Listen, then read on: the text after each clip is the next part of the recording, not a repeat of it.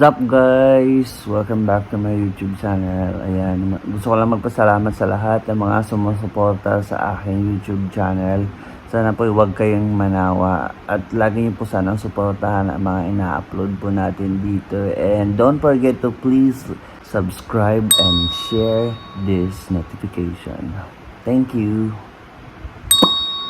4,639 na mga teorya ni Duan-Ling Tian. Sa simula, pagkatapos isaalang-alang ang lahat, naisip ni Duan-Ling Tian na pinakamahusay na hindi personal na pumasok sa Heaven Traversing Pagoda upang mag-imbestiga. Gayunpaman, nang sinubukan niyang pumasok kasama ang kanyang doppelganger, nalaman niyang hindi makapasok ang kanyang doppelganger. Muli niyang pinag-isipan ito bago siya tuluyang nagpasyang pumasok at tingnan ang kaharian na inihanda ng langit para sa mga pinakamataas na kapangyarihan. Guro, kami ay naging level 7 Supreme Powerhouse sa pamamagitan ng sarili naming pagsisikap. Nilikha ng Heaven ang Heaven Traversing Pagoda para tumulong sa level 6 na pinakamataas na powerhouse, na nagbibigay sa kanila ng pagkakataong masira ang mga tanikala at maging level 7 na pinakamataas na powerhouse.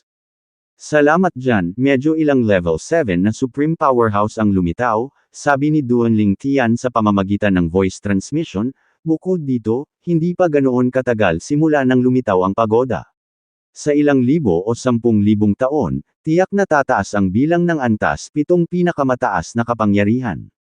Tumigil sandali si Duan-Ling Tian bago siya nagpatuloy sa pagsasabi, noon, kami at ang iba ay naghinala na tinutumbok kami ng langit. Gayunpaman, sa bagong pagbabago, hindi na ako sigurado tungkol doon. Ayon sa memorya ng Void Elder, bago ang makasaysayang agwat, may mga hamon sa mga independenteng kaharian na pinaghihinalaan niyang mula sa langit. Gayunpaman, hindi ito makumpirma ng Void Elder. Nagawa lamang niya ang konklusyong iyon dahil hindi niya akalain na ang mga tao ay may kakayahang harapin ang mga hamong iyon. Kahit siya, isang level 9 Supreme Powerhouse, ay hindi kayang harapin ang mga hamong iyon. Naniniwala ang Void Elder na pinili ng langit na simulan muli ang mundo dahil sa level 9 na Supreme Powerhouse na tulad niya. Ipinagpalagay niya na nais ng langit na lipulin sila, natatakot na malampasan nila ang mismong langit.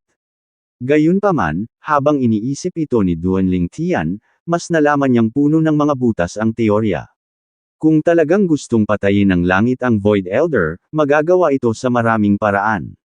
Gamit ang makalangit na teksto na nag-aanunsyo ng mga gantimpala, madaling mahikayat ng langit ang iba pang pinakamataas na kapangyarihan upang harapin ang Void Elder. Walang anuman tungkol sa makalangit na teksto sa memorya ng Void Elder.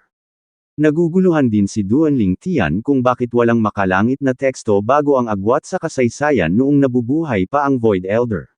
Maging ang mga hamon at kaharian na pinaghihinalaang mula sa langit ay natuklasan ng mga tao, walang anunsyo tungkol sa kanila sa pamamagitan ng makalangit na teksto. Tiyak na may kulang sa atin. Batay sa memorya ng Void Elder, wala rin tungkol sa siyam na pasukan sa misteryosong lugar. Tuldok-tuldok. Kung gayon, ano ang mga makapangyarihang nilalang na iyon na maihahambing sa level 8 Supreme Powerhouses? Lumilitaw lang ba sila pagkatapos ng gap sa kasaysayan? Gayunpaman, nilinaw ng makalangit na ang antas 7 kataas-taasang powerhouse ay lumitaw kamakailan lamang pagkatapos ng agwat sa kasaysayan. At saka, saan ang lugar na iyon na binantayan ng siyam na nilalang? Malinaw na ang langit ang pumipigil sa mga nilalang na makapasok sa labas ng mundo. Sa oras na ito, alam na ni Feng Qingyang na minana ni Duan-Ling Tian ang memorya ng Void Elder. Dahil dito, hindi nag-atubili si Duan-Ling Tian na talakayin ang bagay na ito kay Feng Qingyang. Iniisip din ni Duan-Ling Tian kung ang mga bagong pagbabago ng Heaven Traversing Pagoda ay may kinalaman sa mahiwagang lugar na iyon dahil malinaw na sinusubukan ng langit na tulungan ang lahat na maging mas malakas. Gayunpaman, bakit hindi ito ginawa ng langit noong nakaraan? Noong nakaraan, sa halip na tulungan ang lahat na maging mas malakas, naglagay ang langit ng maraming hadlang para pigilan ang mga tao na maging level 7 na pinakamataas na kapangyarihan. Nagbago lang ang mga bagay ng pilit na pinutol ni Duan-Ling Tian at Feng Qingyang ang mga tanikala at naging level 7 na pinakamataas na powerhouse. Pakiramdam ni Duan-Ling Tian ay parang pabago-bago ang langit gaya ng dagat at ng panahon. Bigla itong tumigil sa pagsugpo sa mga Supreme Powerhouse at nagsimulang tumulong sa kanila, na nagbibigay sa kanila ng pagkakataong maging level 7 Supreme Powerhouses. Hinihikayat pa nito ang mga advanced na Supreme God na pumasok sa kaharian ng mga Supreme Powerhouses sa lalong madaling panahon. Bakit ginagawa ito ng langit? Si Feng Qingyang ay naguguluhan din. Nag-isip si Duanling Tian, Guro, sa palagay mo ba ay posible na kapag tayo ay naging level 7 na pinakamataas na kapangyarihan, kahit papaano ay naapektuhan natin ang mundo?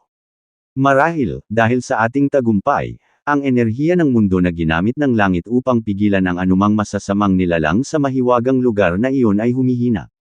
Ito kaya ang dahilan kung bakit pinahirapan ng langit ang level 6 Supreme Powerhouses na makapasok sa susunod na level.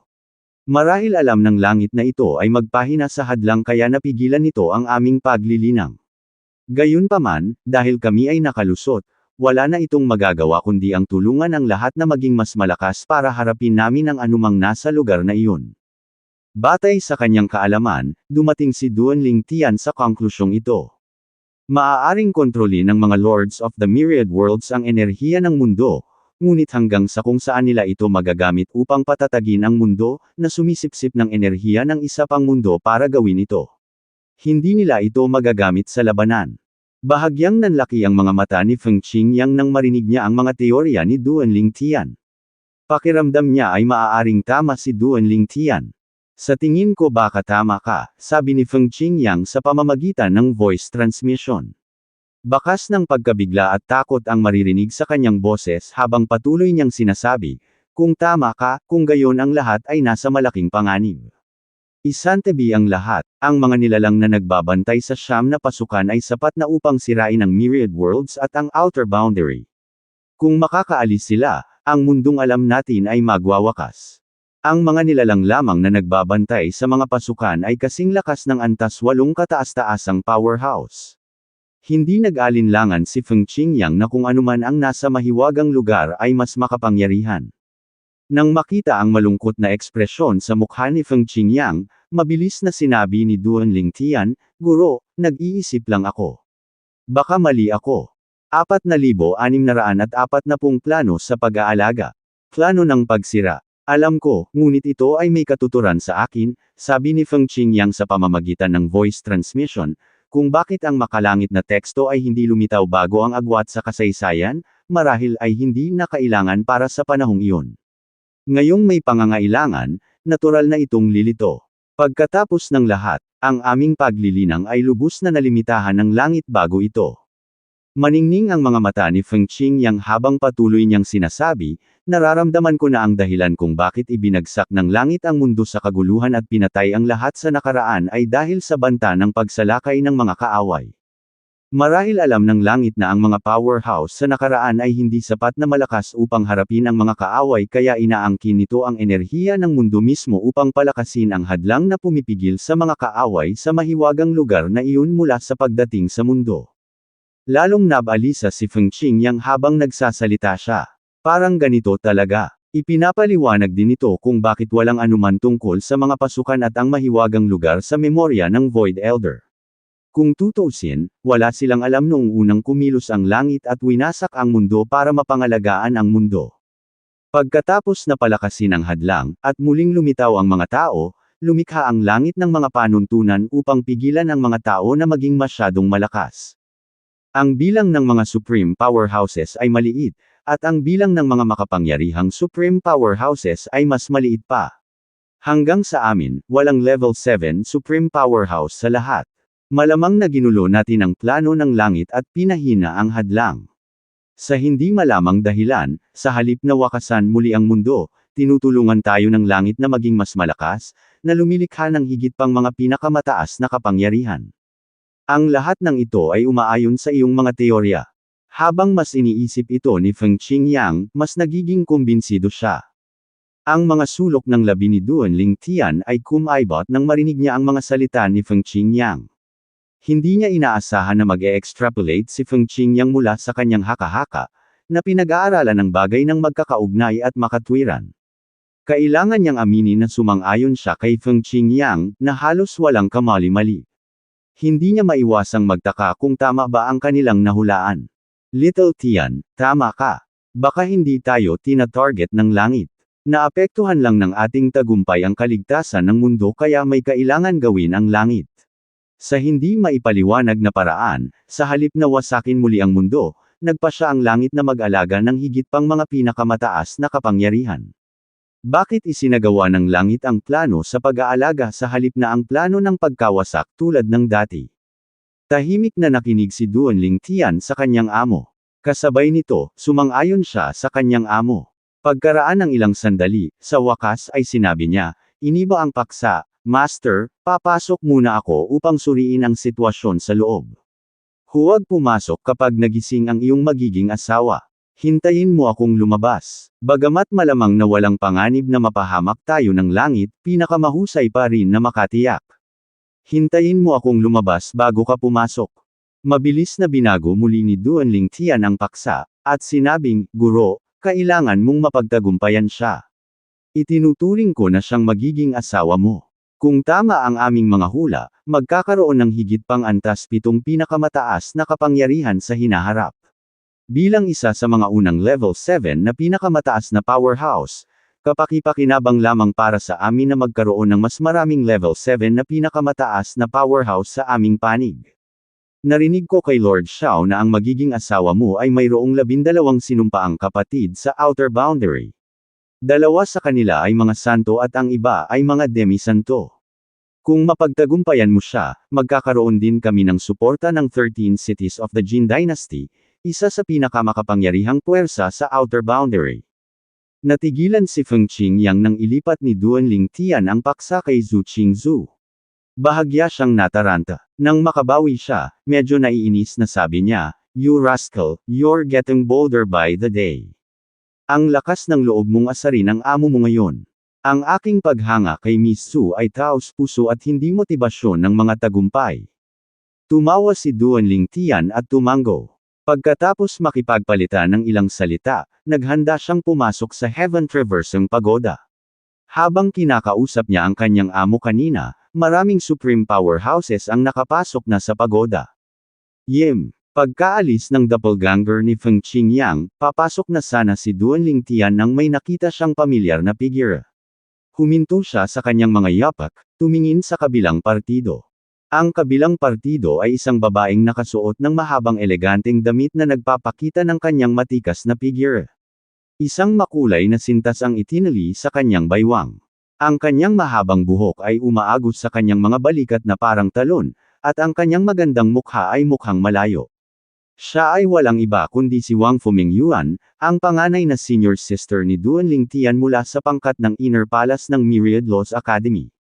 "Senior sister, papasok ka rin sa pagoda?" Nakangiting tanong ni Duanling Tian.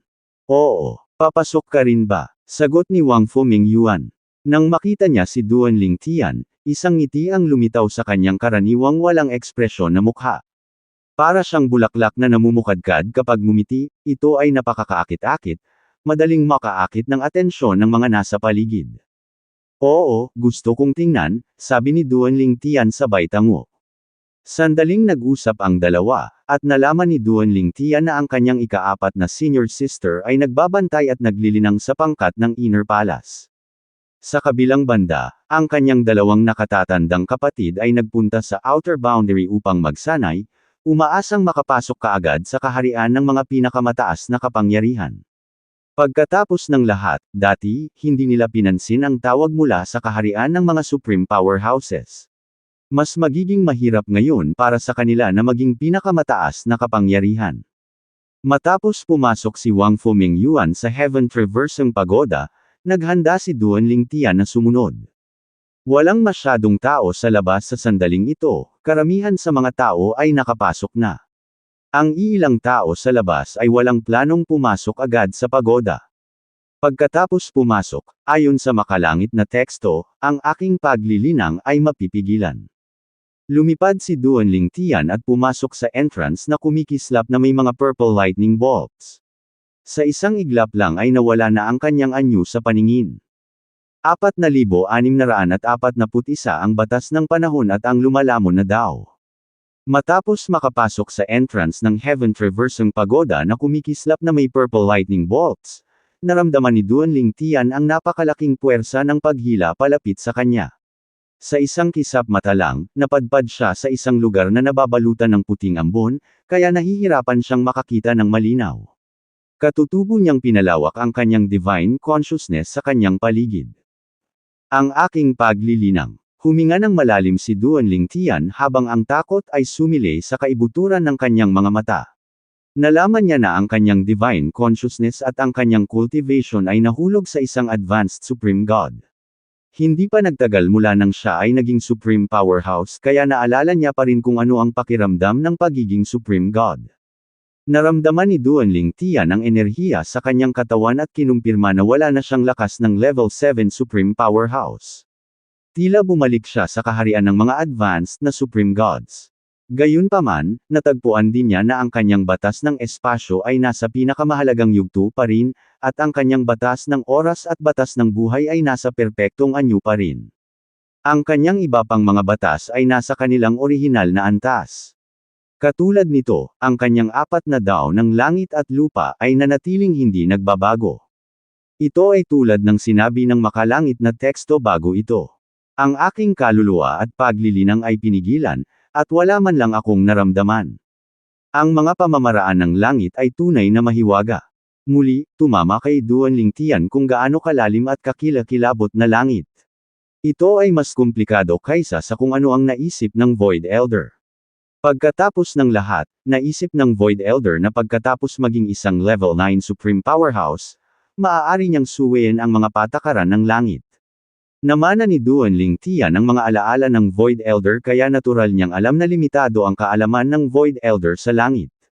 Hindi lang iyon, ngunit nakikita kung paano kahit na ang isang level 9 na pinakamataas na powerhouse ay nahirapang makaligtas sa katapusan ng mundo na hatid ng langit at namamahala lamang na mag-iwan ng isang tipak ng kanyang kaluluwa sa isang realm of origin upang maipasa ang kanyang legacy, ito ay malinaw na ang langit ay mas komplikado kaysa sa naisip ng Void Elder. Higit pa rito, nang una niyang makatagpo ang maliit na kaluluwa ng Void Elder, ito ay naglalaho na tila ba ito ay mamamatay anumang sandali. Batay dito, makikita na ang langit ay mas kakilakilabot kaysa sa naisip ng Void Elder. Si Duanling Tian ay nag-iisip tungkol sa bagay na ito ng isang mekanikal na boses ang umalingaw-ngaw sa hangin.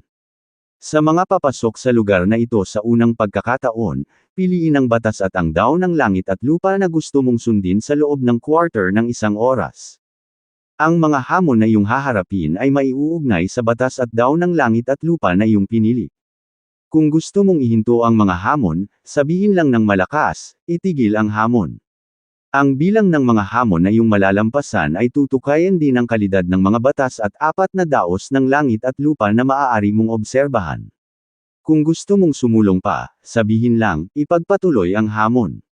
Kung gusto mong lumipat sa ibang batas o dao of heaven and earth, kailangan mong i-restart muli ang serye ng mga hamon. Alam ni Duanling Tian na ang mekanikal na boses ay pag-aari ng langit. Ang pagpapakilala ay maikli at madaling maunawaan. Ang mga pumasok mula sa bagong pasukan ay dadalhin sa isang lugar ng pagsasanay bago sila bigyan ng pagpapakilala. Pagkaraan ng ilang sandali, sinabi ni Duanling Tian, ang batas ng panahon at ang lumalamon na dao. Ang kanyang batas ng espasyo ay umabot na sa pinakamahalagang yugto kaya hindi na niya kailangan pang intindihin pa ito. Matapos makapasok sa kaharian ng mga pinakamataas na kapangyarihan, mas nahirapan siyang unawain ang mga batas. Ito ay 10 beses na mas mahirap kaysa dati. Hindi katakataka na napakaraming tao ang hindi gustong pumasok sa kaharian ng mga pinakamataas na kapangyarihan bago maunawaan ang kahit isang batas hanggang sa pinakamahalagang yugto. Sa kabutihang palad, binigyan ng langit ang Heaven Traversing Pagoda ng isang bagong funksyon na lubos na makikinabang sa kanya. Kabilang sa mga batas na naunawaan niya, ang batas ng kalawakan, ang batas ng panahon, at ang batas ng buhay ay ang pinakamatibay niyang batas sa ayos na iyon. Dahil dito, pinili niya ang batas ng panahon. Para sa daos ng langit at lupa, kamakailan lamang ay nagkaroon siya ng tagumpay sa kanyang Sword Dao, at hindi pa niya lubos na nauunawaan ang Sword Dao sa memorya ng Void Elder. Dahil dito, hindi siya nagmamadaling pagbutihin pa ang kanyang Sword Dao. Tulad ng para sa walang hanggan na daw at sa mastery daw, ang kanyang pangunawa sa kanila ay hindi mababa, at hindi pa rin niya lubos na nauunawaan ang dalawang daw sa memorya ng Void Elder. Ang pag-unawa ng Void Elder sa daos ng langit at lupa ay hindi kasama sa pag-unawa ng lumalamon na dao. Hindi dahil mas mahirap intindihin ang Devouring dao. Kaya lang, buong kamay niya ang pag-unawa sa 3 sa 4 na dao ng langit at lupa. Dahil hindi rin naiintindihan ni Duanling Tian ang Devouring dao, nakaramdam siya ng kaunting curious at nagpas siyang piliin ito. Simulan ang hamon. Matapos bumaba ang boses ni Duanling Tian, lumitaw ang isang humanoid phantom figure. Gayunpaman, ang hitsura nito ay hindi malinaw na nakikita. Naglunsad ito ng malakas na hampas ng palad patungo kay Duanling Tian sa sandaling lumitaw ito. Tila nag-teleport ito ng lumipat, ngunit hindi ito ang kaso. Ang batas ng panahon ang nagdulot ng gayong epekto. Ang phantom figure ay mayroong cultivation base ng isang advanced supreme god, at ang batas ng oras nito ay mas mababa kaysa sa batas ni Duanling Tian. Tungkol naman sa Devouring dao nito, hindi ito nakaapekto kay Duanling Tian. Alam ni Duanling Tian na madaling harapin ang pag-atake dahil ito ang unang hamon. Casual niyang iwinagayway ang kanyang kamay, at lumabas ang isang sinag ng espada bago dumami sa maliliit na sinag ng espada sa isang kisap mata. Pagkatapos, tinusok nila ang phantom figure, na epektibong nawasak ito at ang pag-atake nito. Magsisimula na ang pangalawang hamon. Kasunod ng matagumpay na pagkumpleto ng unang hamon, lumitaw ang pangalawang hamon. Bagamat ito ay bahagyang mas mahirap kaysa sa una, madali pa ring naipasa ni Duanling Tian ang hamon. Nagpatuloy si Duanling Tian sa ikatlong hamon, ang ika-4 na hamon.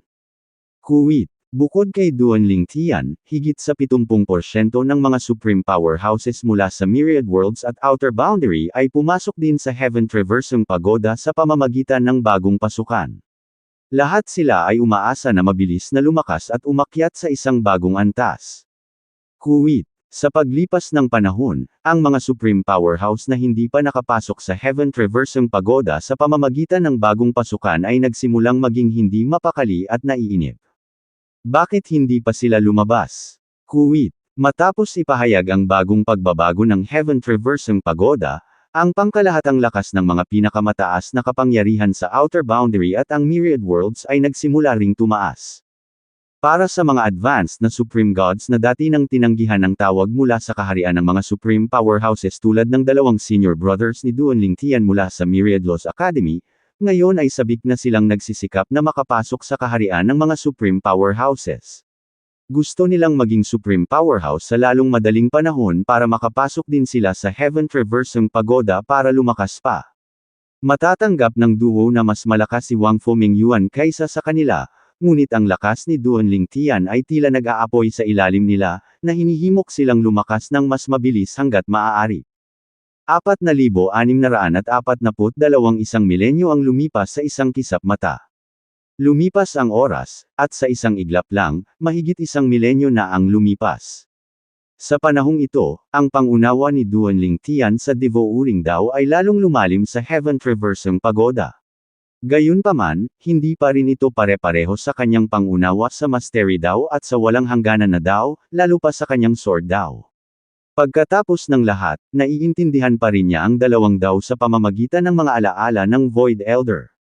Hindi na kailangang sabihin, ang lakas ni Duanling Tian ay bumuti din. Dati siyang level 7 Supreme Powerhouse, pero isa na siyang level 8 Supreme Powerhouse. Ang pag-unlad na ito ay hindi nakakagulat dahil naintindihan na niya ang Sword dao hanggang sa ika-8 yugto.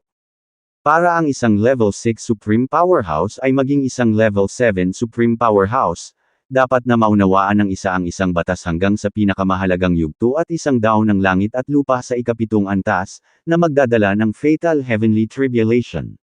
Matapos matagumpay na malampasan ang Fatal Heavenly Tribulation, ang isa ay magiging level 7 na pinakamataas na powerhouse.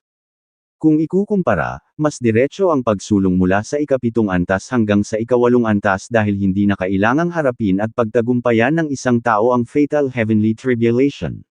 Magagawa ng isa na magpatuloy sa susunod na antas hanggat ang dao ng langit at lupa ng isa ay umabot sa susunod na yugto. Sa kasalukuyan, dalawang tao lamang ang nakakaalam ng tagumpay ni Duan Lingtian, Feng Yingkang, at Zhu Qingzhu, asawa ni Feng Qingyang. 3 siglo na ang nakalilipas, sa wakas ay naging mag-asawa sina Feng Qingyang at Zhu Qingzhu mula sa outer boundary. Bagamat nag-ambag din si Duan Lingtian, ang pangunahing dahilan kung bakit sila nagkasama ay dahil sa magkatulad nilang ugali. Pagkatapos ng oras na magkasama, natural silang magkasama. Tungkol naman sa taya ni Duan Lingtian kay Zhu Qingzhu noong nakaraan, kinailangan niyang kanselahin ito. Pagkatapos ng lahat, ang bagong pasukan sa Heaven Traversing Pagoda ay hindi sa Solitary Destructive Heaven kundi sa Jade Emperor Heaven. Ang taya ay ginawa bago ipinakilala ang mga bagong pagbabago sa Heaven Traversing Pagoda.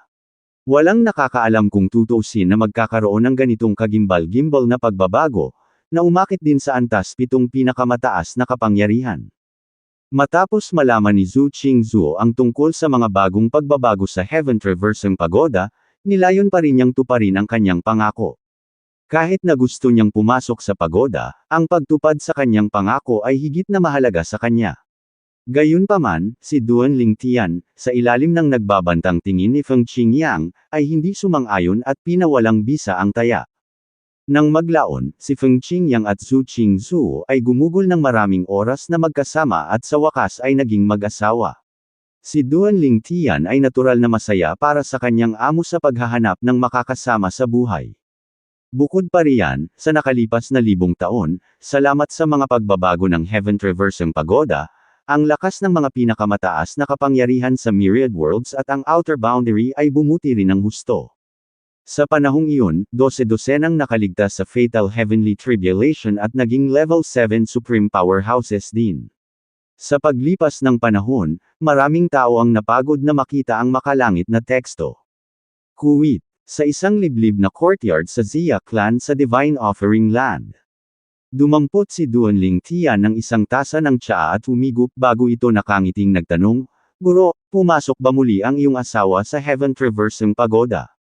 Tumango si Feng Qingyang. Oo, sinabi niya na ang kanyang sword daw ay nasa bingit ng isang pambihirang tagumpay. Kung siya ay matagumpay, ang kanyang sword daw ay hihigit sa akin. Isang pahiwatig ng kawalan ng kakayahan ang makikita sa mga mata ni Feng Qingyang, at ang kanyang ekspresyon ay komplikado. Sa katunayan, naabot na niya ang threshold ng ika-8 yugto ng sword daw daan-daang taon na ang nakalilipas, ngunit hindi niya nalampasan ang bottleneck. Dahil dito, ang kanyang paglilinang ay tumitigil din. "Guro, hindi ganoon kadaling maabot ang ika-8 yugto," sabi ni Duan Lingtian habang umiiling, "kung wala sa akin ang memorya ng Void Elder, hindi ko man lang maabot ang threshold ng ika-8 yugto ng sword daw ngayon." Alam ni Duan Lingtian ang kanyang sariling limitasyon. Kung hindi dahil sa alaala ng Void Elder, imposibleng malampasan niya ang sword daw ng kanyang master kahit na nalampasan niya ang kanyang master sa ibang aspeto. Ang kanyang amo ay isang tunay na henyo ng sword daw. Nakangiting sabi ni Feng Qingyang, "Sa anumang kaso, sana ay makalusot siya. Marahil kung titingnan ko ang dalawa mong sword daw, malalampasan ko ang bottleneck." Pagkatapos, tumingin si Feng Qingyang sa paligid at nagtanong, "Nasaan ang iyong mga asawa at mga anak? Hindi pa ba sila babalik?" Matagal nang hindi nakita ni Feng Qingyang ang mga asawa at anak ni Duan Lingtian. Nakapasok na si Huaner sa kaharian ng mga Supreme Powerhouses noong nakaraan. Siya ngayon ay nasa Heaven Traversing Pagoda. Samantalang si Kair at ang iba pa, nasa labas pa rin sila. Pinag-iisipan nilang pumunta sa Outer Boundary para magkaroon ng karanasan at makapasok sa kaharian ng mga advanced na Supreme Gods at Supreme Powerhouses sa lalong madaling panahon. Walang magawang sabi ni Duan Lingtian, para naman sa dalawa kong anak, sina Nian Tian at si Ling, habang wala ako, dinala nila si Zhu Nai, Little Black, Little White, at Little Gold sa Outer Boundary. Ginamit nila ang Special Supreme Treasure ng Dragon Clan. Muntik na silang lokohin ng doppelganger ko. Sa kabutihang palad, sila ay natuklasan sa dulo. Kasama nila ang doppelganger ko, pinuprotektahan sila. Ang mga asawa ni Duan Lingtian ay natural na hindi kasing ingat. Alam nilang mag-aalala siya tungkol sa kanila kaya hindi sila makatakas sa outer boundary nang hindi sinasabi sa kanya ng maaga.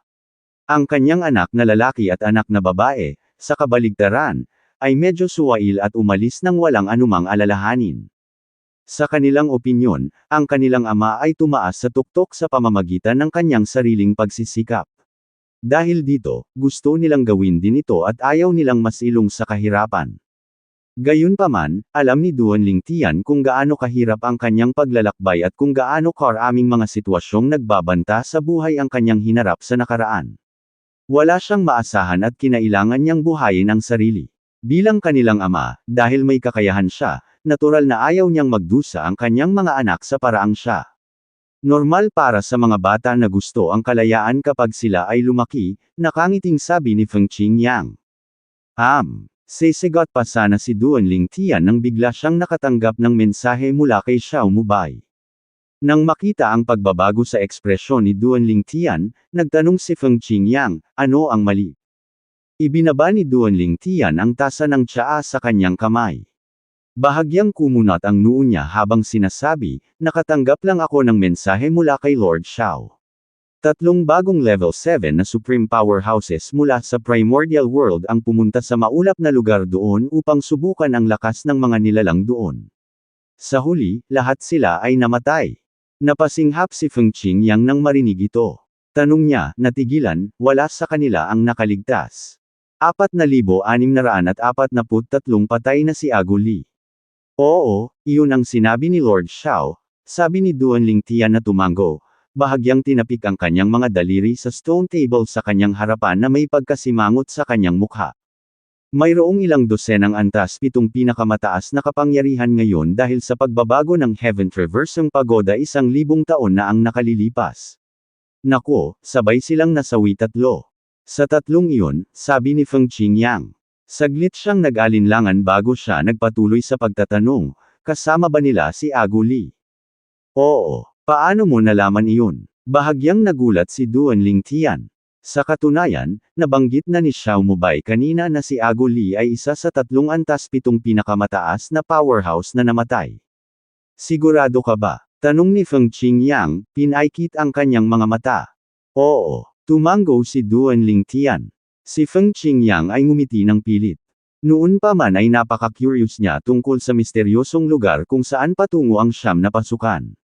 Naglakbay siya sa iba't ibang lugar para lang kumpirmahin ang 9 na pasukan sa lahat ng mga lugar na iyon ay patungo sa iisang lugar. Kung hindi dahil sa katotohanan na ang kanyang limitado ang lakas, napunta na sana siya sa mahiwagang lugar na iyon. Para sa lahat ng mga kadahilanang ito, kapag binanggit mo ang 3 tao mula sa primordial world ay namatay, naisip ko siya kaagad. Ang sigasig ni Agu Li para sa mahiwagang lugar na iyon ay nag-iwan ng malalim na impresyon kay Feng Qingyang noon. Masasabi niyang hindi madaling sumuko si Agu Li. Kung mabibigyan ng pagkakataon, tuklasin ni Agu Li ang mahiwagang lugar na iyon sa likod ng 9 na pasukan.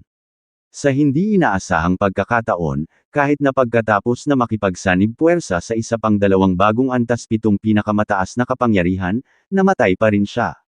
Lalo akong kumbinsido ngayon na ang dahilan kung bakit tinutulungan ng Heaven Traversing Pagoda ang lahat na lumakas ay may kinalaman sa mahiwagang lugar na iyon sa likod ng 9 na pasukan. Ang 3 iyon ay malamang na pinatay ng higit sa isang nilalang. Hindi tulad ng dati, ikaw at si Agu Li ay naka-atras ng ligtas dahil pareho lang kayong nakatagpo ng isang nilalang. Kung isa lang ang nilalang, walang dahilan para mamatay sila. Seryosong sabi ni Duan Lingtian, nakakalungkot na namatay sila sa loob ng pasukan. Iniisip ko kung nag-iwan ba sila ng anumang mga pahiwatig sa kanilang mga doppelganger. Sa sandaling matapos magsalita si Duan Lingtian, nakipagpalitan siya ng tingin kay Feng Qingyang, at pareho silang tumayo kaagad. Narinig ng dalawa na hindi nakapasok ang mga doppelganger sa 9 na pasukan kaya alam nilang hindi mga doppelganger ang nasawi doon. Bagamat maglalaho ang mga doppelganger sa lalong madaling panahon pagkatapos mamatay ang mga tunay na katawan, maaari pa rin silang mag-iwan ng mga pahiwatig. Dahil dito, nagpasya sina Duan Lingtian at Feng Qingyang na pumunta sa primordial world upang imbestigahan ang bagay na ito. Nais nilang malaman kung ano ang nangyari sa 3. Kung tutuusin, kahit na ang isang nilalang na halos kasing lakas ng isang level 8 supreme powerhouse ay hindi kayang pumatay ng 3 level 7 supreme powerhouses ng ganoon kadali. Kuwit. Pagkarating ng guro at disipulo sa primordial world, pumunta agad sila sa tribong Adagon. Dahil minsang bumisita si Duanling Tian kay Xiao Mubay noon, alam niya ang daan papunta doon. Pinalawak ni Duanling Tian ang kanyang divine consciousness nang dumating siya sa tribong Adagon. Solemn na at nakakatakot ang kapaligiran. Ang lahat ay tila walang buhay na parang nawalan ng kaluluwa. Ano ang nangyayari? Naguguluhan si Duanling Tian. Nang lumabas ang isang powerhouse ng tribong Adagon upang salubungin ang dalawa, nalaman nila na ang tribo ay lubhang naapektuhan ng pagkamatay ni Aguli. Pagkatapos ng lahat, itinuring ng lahat sa tribo si Aguli bilang kanilang pananampalataya. Sinamba nila siya at tinuring siyang isang Diyos. Ngayong bumagsak na siya, parang nagwakas na ang mundo nila. Nagtanong si Duanling Tian, pumunta ako para itanong kung may nabanggit ba ang doppelganger ni Aguli bago ito mawala. Ang matandang lalaki ay isa sa iilang pinakamakapangyarihang kapangyarihan sa mundo sa tribong Adagon. Siya lamang ay naging isang World Supreme Powerhouse sa loob ng 1,000 taon na ang nakalilipas. Katulad ng maraming napipintong World Supreme Powerhouses, pumasok siya sa Heaven Traversing Pagoda at lumakas. Pagkatapos maging isang World Supreme Powerhouse, ang Heavenly Tribulation ay hindi nabanta sa kanya. Narinig ito ni Duanling Tian mula kay Xiao Mubay. Sa pagsasalita tungkol kay Xiao Mubay, isa na siyang World Supreme Powerhouse bago lumitaw ang mga bagong pasukan sa Heaven Traversing Pagoda. Salamat sa Heaven Traversing Pagoda, malapit na siyang maging 3rd Level 7 Supreme Powerhouse sa God-defying world pagkatapos ni Feng Qingyang at Duanling Tian. Sa katunayan, si Zhang Shan ay naging isang Level 7 Supreme Powerhouse 300 taon na ang nakararaan. Gayunpaman, dahil siya ay isang katutubong ng Transcendence World, hindi siya binilang kahit na siya ay naninirahan ngayon sa God-defying world. Oo, malungkot na sabi ng matanda, bago siya mamatay, sinabi niya sa amin kung ano ang kanilang nakatagpo doon. Sinabi niya na nilayo nilang subukan ang lakas ng nilalang na nagbabantay sa pasukan. Gayunpaman, nang magsimula silang lumaban, lumitaw ang dalawa pang kalaban na mas malakas kaysa sa una. Tao ang dalawang iyon. Wala silang pagkakataong makatakas at hindi man lang nagpalitan ng higit sa 20 galaw bago sila namatay. Ang matanda ay patuloy na nagsabi, sinabi ni Aguli na ang isa sa mga tao ay bahagyang mas malakas kaysa sa nilalang habang ang isa ay mas malakas kaysa sa nilalang. Ang tatlo ay madaling napigilan ng dalawa. Wala silang pagkakataong makatakas pabalik sa primordial world. 4,644 na pag-iingat. Pagkatapos makinig sa mga salita ng World Supreme Powerhouse, nagpalitan ng tingin sina Duanling Tian at Feng Qingyang at nakita ang solemnidad sa mga mata ng isa't isa. Hindi nila inaasahan na may mga tao rin pala sa mga mahiwagang pasukan bukod sa mga makapangyarihang nilalang. Batay sa kanilang orihinal na mga haka-haka, ang mga nilalang ay parang mga tagapag-alaga. Sa hitsura ng mga tao, ang lugar na iyon sa likod ng mga pasukan ay naging mas mahiwaga. Maaari mo bang ulitin ang eksaktong mga salita niya sa amin? Tinanong ni Feng Qingyang ang World Supreme Powerhouse. Matapos pakinggan ang mga huling salita ng doppelganger ni Aguli, nagtanong din sina Duanling Tian at Feng Qingyang tungkol sa dalawa pa na pumunta rin sa misteryosong pasukan kasama si Aguli. Bago sila umalis, inaliw din nila ang World Supreme Powerhouse. Mangyaring tanggapin ang aming pakikiramay. Pagkatapos nito, pumunta ang dalawa sa mga puwersang kinabibilangan ng dalawang individual, nakabilang din sa mga nangungunang puwersa sa primordial world. Pareho silang kaibigan ni Aguli, at ang isa sa kanila ay kapantay ni Aguli bago siya naging level 7 Supreme Powerhouse. Nang iminungkahi ni Aguli na tuklasin nila ang mahiwagang pasukan, agad na pumayag ang dalawa at sinamahan siya dahil curious din sila. Nako, hindi nila akalain na ang kanilang padalos-dalos na desisyon ay magbubuwis ng kanilang buhay. Ang lahat ng mga taon ng paglilinang at pagsusumikap ay nasayang ng ganoon. Kuwait. Parang ang lugar na iyon sa likod ng mga pasukan ay katulad ng sa atin na may parehong nilalang at tao. Pagkatapos bisitahin ang dalawa pang puwersa, bumalik sina Duanling Tian at Feng Qingyang sa God-defying world na may mabigat na puso. Nararamdaman ko na, may paparating na bagyo, sabi ni Feng Qingyang habang kumikislap ang kanyang mga mata. Tumango si Duanling Tian na may bahagyang pagsimangot sa kanyang mukha. Ganon din ang naramdaman niya. Nasiyahan si Duan Lingtian sa kanyang kasalukuyang mapayapang buhay. Hindi niya kailangang mag-alala ng sobra dahil malakas na siya ngayon para harapin ang anumang pagbabanta at protektahan ang mga taong pinapahalagahan niya. Gayunpaman, ang siyam na pasukan sa Myriad Worlds at ang Outer Boundary at ang kamakailang kaganapan sa Primordial World ay nagparamdam sa kanya na ang kapayapaan ay malapit ng masira. Hihilingin ko sa aking pamilya at mga kaibigan na bumalik at magsaka sa aking munting mundo, sabi ni Duan Lingtian sa mahinang boses. Ito ang pinakaligtas na lugar para sa kanila, at magkakaroon din ako ng kapayapaan ng isip. Bukod sa kanyang mga magulang, kanyang mga asawa, at kanyang mga kaibigan na nasa God-defying world, ipinatawag din ni Duan Lingtian ang kanyang mga anak, si Zunai, at ang tatlong maliliit na bata pabalik mula sa Outer Boundary hindi alintana kung payag sila o hindi. Ama, Kuya Lingtian. Nang lumitaw ang doppelganger ni Duan Lingtian sa Outer Boundary, natigilan sina Duan Niantian, Duan Siling, at ang iba pa. Hindi nila alam na sinusundan sila ng doppelganger ni Duan Lingtian sa Outer Boundary. Masasabi nilang doppelganger niya iyon. Bumalik ka sa akin. Bago pa man makapag-react ang iba, ikinaway ni Duan Lingtian ang kanyang kamay. Isang malakas na puwersa ang dumaan patungo sa iba, at naglaho sila sa manipis na hangin, umalis sa Outer Boundary. Sa harap ng napakalaking kapangyarihan ni Duan Lingtian, maaari lamang silang sumunod.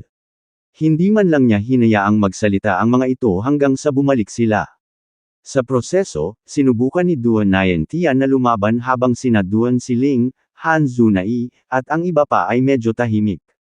Smack! Nang makita kung gaano kasengit ang kanyang anak, sinampal ni Duan Lingtian ang kanyang anak, dahilan upang ang kanyang anak ay tumigil kaagad sa pagpupumiglas.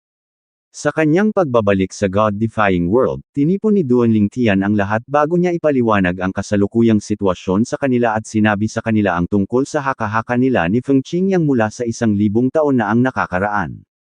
Bago ang makasaysayang agwat, nilipol ng langit ang lahat para gamitin ang lakas para patibayin ang mga depensa laban sa mga dayuhang mananakop. Kaya ang langit ay sadyang nagtakda ng limitasyon sa ating paglilinang upang mas magbantay laban sa mga kaaway. Kaya ang mga kamakailang pagbabago ay dahil hindi na tayo matutulungan ng langit at gusto nating harapin ang banta ng mag-isa.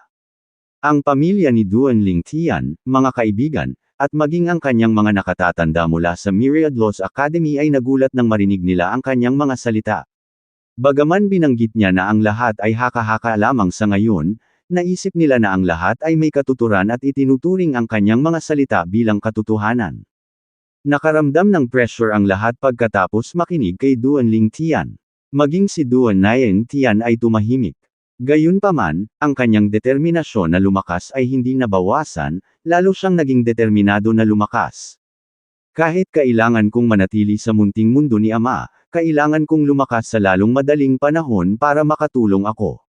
Ako ay anak ni Duan Lingtian, dapat kong panindigan ang kanyang legacy. Naisip ni Duan Niantian sa kanyang sarili. Sa paglipas ng mga taon, maaaring dumaan si Duan Niantian ng ilang hindi kinaugalian na mga ruta, ngunit lahat sila ay hinimok ng kanyang pagnanais na lumakad sa mga yapot ng kanyang ama. Ang paglalakbay ni Duan Lingtian mula sa kalabuan hanggang sa taas ng katanyagan, na nakuha ang paggalang ng lahat ng pinakamataas na kapangyarihan sa God-defying world ay nagpuno sa kanya ng pagmamalaki.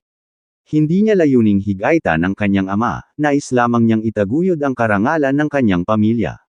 Bagaman ito ay haka-haka lamang, sana lahat kayo ay manatili sa aking munting mundo hanggang sa makumpirma natin ang katotohanan, sabi ni Duan Lingtian. Ama, ang banal na lupang alay ay bahagi rin ng iyong munting mundo. Maaari ba akong manatili sa banal na lupang alay sa halip? Pansamantalang tanong ni Duan Niantian. Noong nakaraan, sasabihin kong oo, ngunit hindi na ngayon, sabi ni Duan Lingtian habang umiiling siya, bagaman mabilis akong makapaglakbay saan man sa banal na lupang alay, magtatagal pa rin ito. Hanggang sa matukoy natin ang banta, dapat manatili kayong lahat sa aking munting mundo. Napakatatag ni Duan Lingtian pagdating sa kaligtasan ng kanyang pamilya at mga kaibigan. Sa sandaling ito, sinabi ni Wang Fumingyuan, Little Junior Brother, hayaan ang Second Junior Brother, Third Junior Brother, at 4th junior sister na manatili sa iyong little world. Samantalang ako, hindi ko gagawin iyon. Pagkatapos ng 1,000 taon, si Wang Fu Mingyuan ay naging isang world supreme powerhouse. Para sa mga nakatatandang kapatid at nakatatandang kapatid ni Duan Lingtian, nakapasok na sila sa kaharian ng mga pinakamataas na kapangyarihan. Eldest senior sister, dahil isa ka ng world supreme powerhouse, hindi mo na kailangang manatili sa aking little world kung ayaw mo, nakangiting sabi ni Duan Lingtian. Isinasaalang-alang ang talento ni Wang Fu Mingyuan sa parehong cultivation at comprehension. Alam ni Duan Lingtian na higit pa sa kaya niyang maging isang level 7 supreme powerhouse bago dumating ang sakuna. 4,645 ang banal na alay na lupain ay tatakon sa loob ng 1,000 taon. Umiling siyang Yu Chen at sinabing, eldest senior sister, kung hindi pa ako supreme powerhouse, nakinig sana ako sa iyo kahit na nag-aatubili akong iwasan kang mag-alala. Gayunpaman, isa na akong supreme powerhouse ngayon. Dapat kong pagbutihin ang aking lakas sa Heaven Traversang Pagoda para paghandaan ang sakuna. Tungkulin kong pangalagaan ang mundong ito. Bago pa makatugon si Wang Fu Mingyuan, sina Hong Yifeng at Lang Chunyuan ay nagpahayag din ng damdamin niyang Yu Chen. Dahil sila ang pinakamataas na powerhouses ngayon, hindi sila handa na maglaro ng ligtas. Desidido silang gumawa ng sarili nilang landas at abutin si Wang Fu Mingyuan. Hindi man lang nila naisip na abutin si Duan Lingtian dahil isa siyang napakapangit na talento. Gusto silang pigilan ni Wang Fu Mingyuan, ngunit nang makita niya ang determinadong ekspresyon sa kanilang mga mukha, napabuntong hininga na lamang siya nang walang magawa. Sige, gawin mo ang gusto mo. Lahat kayo ay pinakamataas na kapangyarihan ngayon. Hindi ka na mga baguhan. Sinabi ni Duan Lingtian, na tiniyak ang bahagyang nalulungkot na si Wang Fu Mingyuan, eldest senior sister, ang kanilang desisyon ay naiintindihan. Kung sino man sa aking pamilya at mga kaibigan ang pinakamataas na kapangyarihan, hindi nila nais na manatili sa aking munting mundo. Bagamat maaari silang mag-cultivate bilang normal sa little world ni Duan Lingtian at gumawa ng mas mabilis na pag-unlad, ito ay makamundong kumpara sa labas ng mundo. Si Duan Lingtian ay aktibong naghahanap ng paraan para malutas ito. Plano niyang tanungin si Xiao Mubay kung may paraan para ganap na may sama ang Divine Offering Land sa kanyang munting mundo para mamuhay ang kanyang pamilya at mga kaibigan sa isang buhay na kapaligiran. Gayunpaman, ang paggawa nito ay maaaring makaapekto sa buhay ng iba pang naninirahan sa banal na lupang alay. Para sa isa, magiging mas abala para sa iba na umalis sa banal na lupang alay. Dahil hindi pa niya napag-uusapan ang bagay na ito kay Xiao Mubay, hindi pa niya ipinaalam sa kanyang pamilya at mga kaibigan ang tungkol sa kanyang plano. Sa oras na ito, sinabi nilang Chunyuan na tiyakin kay Wang Fu Mingyuan, eldest senior sister, huwag mag-alala. Kami na ang bahala sa sarili namin. Samantala, si Duan Lingtian, na nakatayo sa di kalayuan, ay nakinig sa pag-uusap ni Duan Lingtian at ng kanyang mga nakatatanda.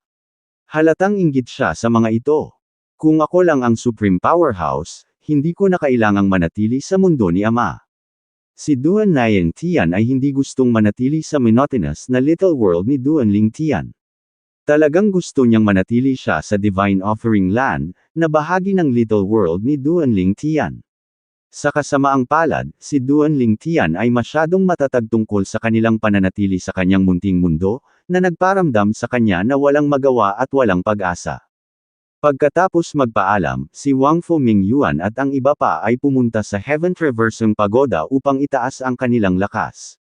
Samantala, ipinadala ni Duan Lingtian ang kanyang pamilya at mga kaibigan sa kanyang munting mundo bago niya hanapin si Feng Qingyang para talakayin ang kanyang plano. Gusto mong isama ang banal na lupang alay sa iyong munting mundo? Tanong ni Feng Qingyang habang kumikinang ang kanyang mga mata.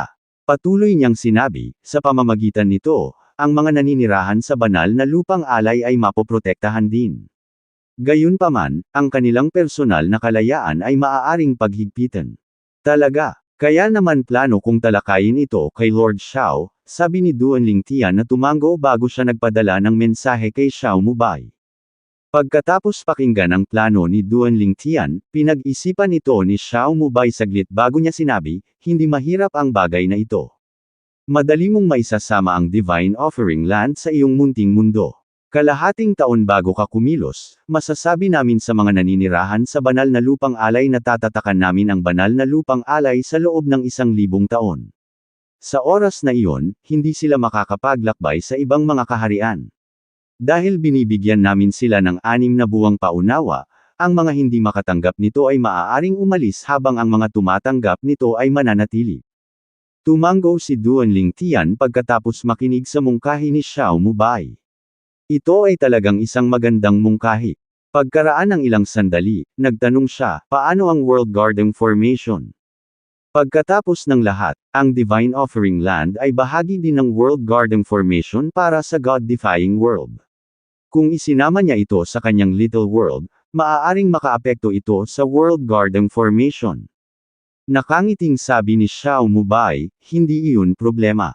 Pagkatapos mong isama ang Divine Offering Land sa iyong little world, pipili ako ng isa pang realm of gods na hahalili nito. Kuwit. Sa mga sumunod na araw, ang Divine Offering Land ay naging mainit na paksa sa God-defying world. Ito ay dahil sa biglaang pag-anunsyo na ang banal na lupang alay ay ganap na may tatatak sa loob ng kalahating taon. Sa susunod na 1,000 taon, imposible para sa iba na maglakbay patungo sa banal na lupang alay, at imposibleng umalis ang mga naninirahan sa lupang pag-aalay. Ang iba pang mga aspeto ay higit na mananatiling hindi nagbabago. Matapos ang Divine Offering Land ay seliado, ang konsentrasyon ng espiritual na enerhiya sa Divine Offering Land ay tataas ng malaki, na makabuluhang makakatulong sa paglilinang ng mga naninirahan. Ang kanilang kahusayan ay tataas ng 2 beses.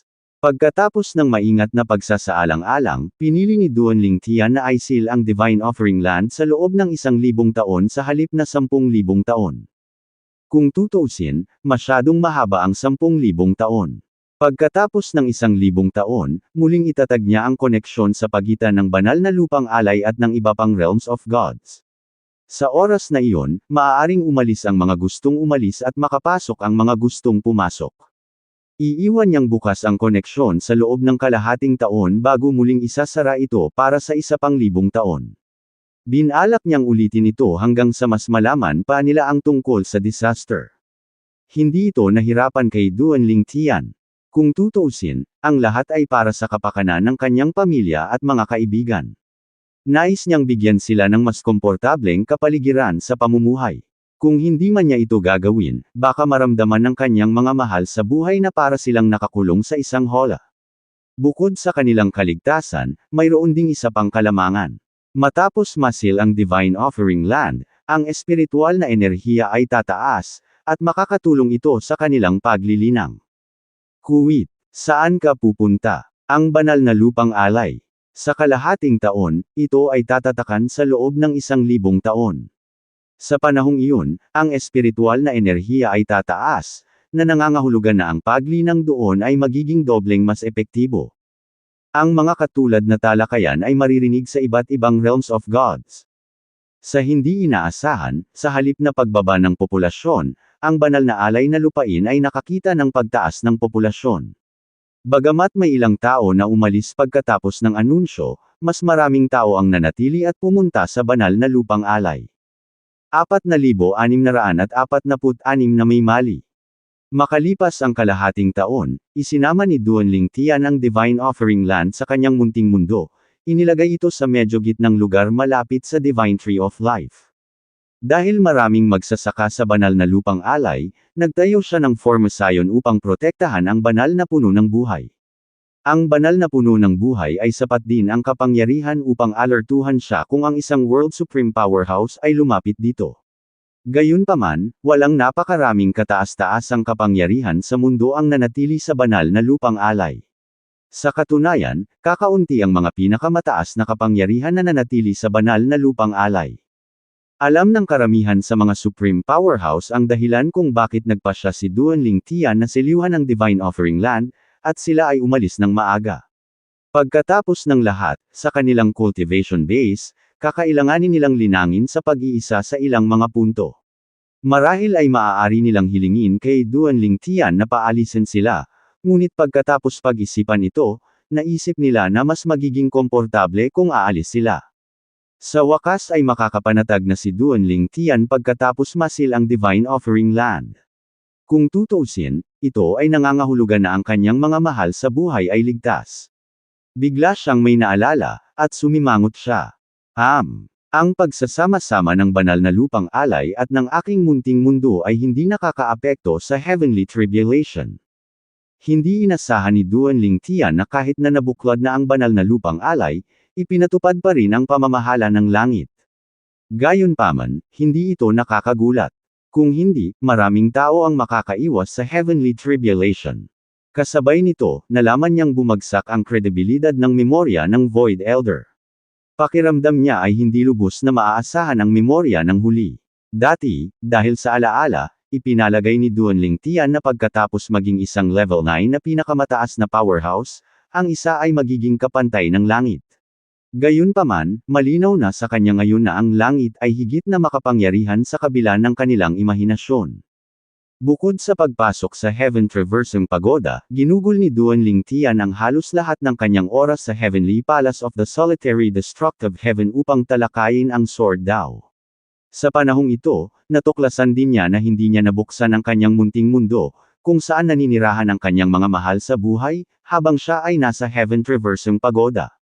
Ito ay malinaw na isang paghihigpit na inilagay ng langit. Isang araw, nakita ni Duanling Tian ang isang tao na matagal na niyang hindi nakikita. Ito ay walang iba kundi si Zhu Qingzu, ang asawa ng kanyang amo. Isa rin siya sa mga gobernador ng lungsod ng 13 lungsod ng dinastiyang Jin, at siya rin ang una sa 13 na naging isang antas 7 pinakamataas na kapangyarihan. Sa nakalipas na 1,000 taon, isa pang 2 gobernador ng lungsod ang matagumpay na naging antas 7 pinakamataas na kapangyarihan din. Dahil dito, ang 13 cities ng Jin Dynasty ay naging isa sa mga nangungunang puwersa sa Outer Boundary, na nalampasan ang Jade Tide Heavenly Mansion na may 2 level 7 supreme powerhouses ngayon. Si Xiao Tianxi, ang dating kaibigan ni Duanling Tian mula sa Jade Tide Heavenly Mansion, ay matagumpay na naging level 7 supreme powerhouse. Pagkatapos ng lahat, noong nakilala siya ni Duanling Tian dati, isa na siyang santo na malapit ng maging level 7 supreme powerhouse. Ang kanyang pambihirang tagumpay ay isang bagay na syempre. Para naman sa kataas-taasang powerhouse ng Asher Cloud Saint Sect sa mundo, si Zhao Anyi, na minsang tumulong kay Duanling Tian na mahuli ang mga salarin na pumatay kay Duan Yuwei, siya ay naging level 7 supreme powerhouse ilang daang taon na ang nakararaan. Munting Tian, tawag ni Zhu Qingzu nang makita niya si Duanling Tian. Madam, nagkaroon ka ba ng breakthrough sa iyong sword daw pagkatapos pumasok sa Heaven Traversing Pagoda sa pagkakataong ito? Tanong ni Duanling Tian. Matapos maging asawa ni Feng Qingyang si Zhu Qingzu, sinimulan niya itong tawagin bilang Madam, bilang tanda ng paggalang. Pagkatapos ng lahat, siya ay asawa ng kanyang amo. Naisip ni Duanling Tian ang panunukso kay Feng Qingyang kung nagkaroon ng tagumpay si Zhu Qingzu. Akala niya ito ay nakakatuwa. Hindi ganoon kadaling makalusot, sabi ni Zhu Qingzu sabay buntong hininga, kahit na ang ika-8 yugto ng sword daw ay tila malapit na, napakahirap gawin ang huling hakbang na iyon, hinahangaan talaga kita. Nagawa mong maunawaan ang iyong sword daw sa ika-8 yugto ng napakabilis at naging unang antas 8 kataas-taasang powerhouse sa Myriad Worlds at ang Outer Boundary. Kuwit. Nang makalusot si Duanling Tian, sinadya niyang panatilihing mababa ang profile. Nako, iba ang ideya ni Heaven. Sa sandaling makapasok siya, lumitaw ang makalangit na teksto at inihayag na siya ang unang antas 8 pinakamataas na powerhouse na lumitaw pagkatapos ng agwat sa kasaysayan. Hindi na kailangang sabihin, ang makalangit na tekstong iyon ay nagdulot ng malaking kaguluhan sa parehong Myriad Worlds at sa Outer Boundary. Nagulat ang lahat sa bilis niyang umunlad. Sa oras na iyon, nakita ni Lei Hong, na nagtago sa isang lugar sa Sunbright Realm, ang makalangit na teksto, at ang kanyang ekspresyon ay nagbago ng husto. Damn it! Bakit ang bilis namang pumasok ng brat na yon? Malakas na nagmura si Lei Hong. Nakaramdam siya ng matinding inis. Hindi siya makaramdam ng inis kung bumagsak ang kanyang cultivation base. Kuwit, bumalik sa kasalukuyan. Nang makitang lumabas na si Zhu Qingzu sa Heaven Traversing Pagoda, ayaw niyang maging third wheel kaya mabilis siyang pumasok muli sa Heaven Traversing Pagoda. 3 araw lang siya sa pagoda bago siya lumabas. Ito ay dahil nalaman niya mula sa kanyang mga doppelganger na isa sa 9 na misteryosong pasukan ay biglang nawala. Ang pagkawala ng pasukan ay nagdulot ng hindi magandang pakiramdam na bumangon sa mga puso ng mga taong nagbigay pansin sa bagay na ito, kabilang si Duan Lingtian.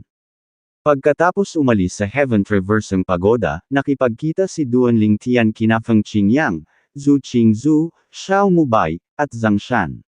Lahat sila ay may malungkot na ekspresyon sa kanilang mga mukha. Ano ba talaga ang nangyayari? Ang balita ay nagmula sa Primordial World, sabi ni Xiao Mubai sa mahinang boses, pagkatapos ng pagkamatay ng 3 Level 7 Supreme Powerhouses mula sa Primordial World, maraming tao ang nagsimulang magbayad ng pansin sa 9 na mahiwagang pasukan. Kahapon, may nakadiscover na isa sa kanila ang nawala. Matapos kumalat ang balitang iyon, nalaman namin na bawat domain, kasama ang ating God-defying world, na may mga pasukan na iyon ay nawalan din ng isang pasukan. 4,647 mga hindi pangkaraniwang pangyayari.